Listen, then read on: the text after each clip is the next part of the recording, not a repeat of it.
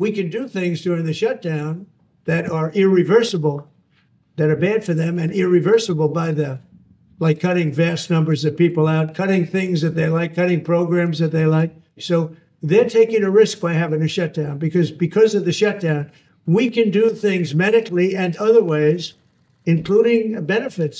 We can cut large numbers of people out. We don't want to do that, but we don't want fraud, waste, and abuse. বন্ধ হতে চলেছে যুক্তরাষ্ট্র সরকার, দুঃসংবাদ দিলেন Trump. ঘড়িতে তখন রাত 12টা বেজে 1 মিনিট। অক্টোবর মাসের শুরু, কিন্তু এই নতুন মাসের শুরুতেই বেশ বড় ধরনের দুঃসংবাদ দিলেন মার্কিন প্রেসিডেন্ট ডোনাল্ড ট্রাম্প। বলা হচ্ছে যুক্তরাষ্ট্রের সরকারি কার্যক্রম আংশিকভাবে অনির্দিষ্টকালের জন্য বন্ধ থাকবে। আর তাতে করে এবার বড় ধরনের বিপদে পড়তে যাচ্ছেন মার্কিন নাগরিকরা। এমনকি এর ফলে সরকারি চাকরিও হারাতে বসেছেন লাখ লাখ মানুষ। কেন যুক্তরাষ্ট্রের সরকারি কার্যক্রম আংশিকভাবে বন্ধ হয়ে গেছে, আর এর ফলে কি অচল হতে পারে গোটা দেশ? যুক্তরাষ্ট্রের ফেডারেল সরকার আংশিকভাবে তাদের কার্যক্রম বন্ধ ঘোষণা করেছে। সিনেটে বাজেট বিল পাশে ব্যর্থ হওয়ায় বুধবার মধ্যরাতের পর থেকে সরকারি কার্যক্রম স্থগিত হয়ে যায়।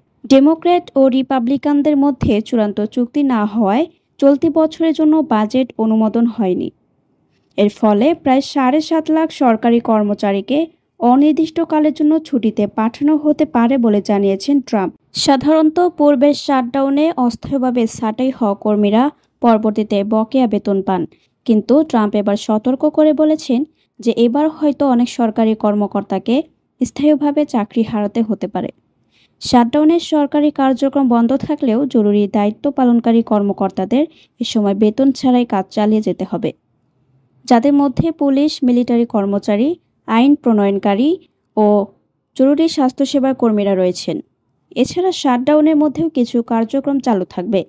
এর মধ্যে রয়েছে নাসার মহাকাশ মিশন, প্রেসিডেন্ট ট্রাম্পের অভিবাসন নীতি বাস্তবায়ন এবং FDA ও USDA এর গুরুত্বপূর্ণ জনস্বাস্থ্য কার্যক্রম। তবে সাধারণ নাগরিক ও অন্যান্য সরকারি সেবায় এ সময় ব্যাপক বিলম্ব ও প্রভাব পড়তে পারে। যদিও এমন ঘটনা এবারই প্রথম নয়।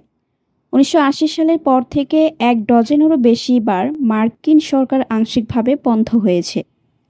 এর মধ্যে সবচেয়ে দীর্ঘ শাটডাউন 2018 থেকে 2019 সালে হয়েছিল, যা 34 দিন স্থায়ী হয়েছিল। তবে প্রেসিডেন্ট ডোনাল্ড ট্রাম্প এবার হুঁশিয়ারি দিয়েছেন যে তিনি এ সুযোগে ফেডারেল কর্মচারীদের সংখ্যা নাটকীয়ভাবে কমিয়ে দিতে পারেন।